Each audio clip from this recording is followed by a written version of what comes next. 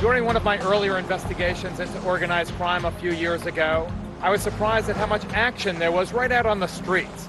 How easy it was to spot even the top mobsters. You would expect reputed mobsters to spend their spare time in some remote location, hiding away.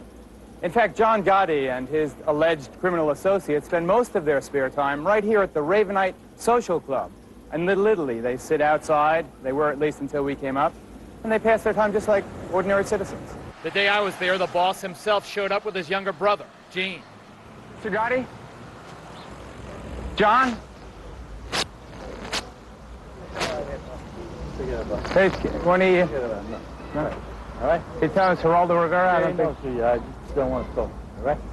Really? It's a free sidewalk, right? That's it. When I returned to these same locations a few months ago, most of the social clubs were closed, and the old bosses either dead, in jail, or in hiding. The old Ravenite has a yellow ribbon, I guess suggesting that Mr. Gotti, like the hostages or a prisoner of war, is being held wrongfully. Even their criminal enterprises were hurting. For example, one of organized crime's principal sources of income has always been gambling. In New York alone, hundreds of illegal betting parlors bring the mob a collective take of over $1 billion each year. One of the biggest and busiest operations used this flower store as a front. Now it's closed. How you doing? And when I walk next door to a sports betting operation the cops say is doing $500,000 a week, the bookie cried poverty. How much money are you taking out of the ghetto? How much money? Hey, come here, I want to show you how much money. Hey, what's in this drawer? See all the money I'm taking out of the ghetto? But for every criminal enterprise that is out of business, others are still flourishing. According to police documents, this graffiti-covered warehouse is not just another abandoned building. The satellite dish is the tip-off. Cops tell us it's actually one of the busiest horse betting parlors in New York. How you doing? Be curious to see what kind of, listen to the locks and bolts being thrown. But obviously a lot of activity inside. I could see at least 5 or 6 gentlemen looking at me again. How you doing? A Klan meeting going on. Very funny, very funny. How you doing? Let me see. Members only after 10 o'clock. Come on. It says guests are allowed before 10. It's before 10. Do me a favor. Go f yourself, please. You got no business here. Do I know you? No, right? So do me. That's a public sidewalk, you know what I mean? The decline of John Gotti and his Gambino crime family came about because they talked too much. Wiretaps and bugs picked up the loose-lipped gangsters and used their own words to help convict them. Just listen to this Gotti conversation.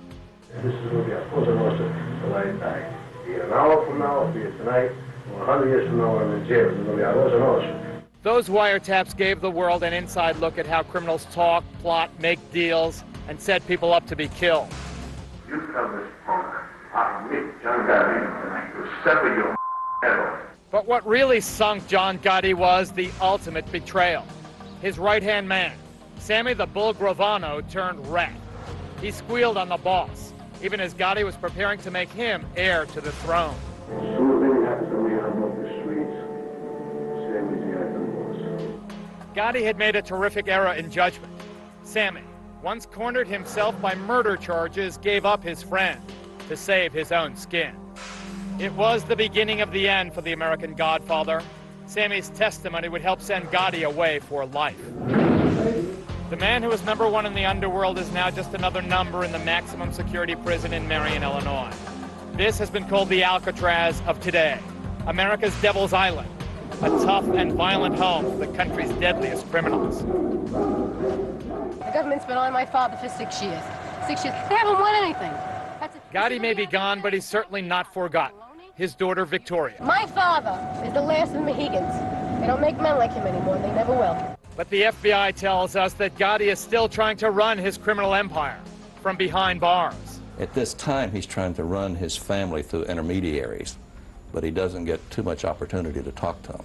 Because of this, I anticipate that future there'll be a lot of dissension in the Gambino family, and it may lead to a little warfare.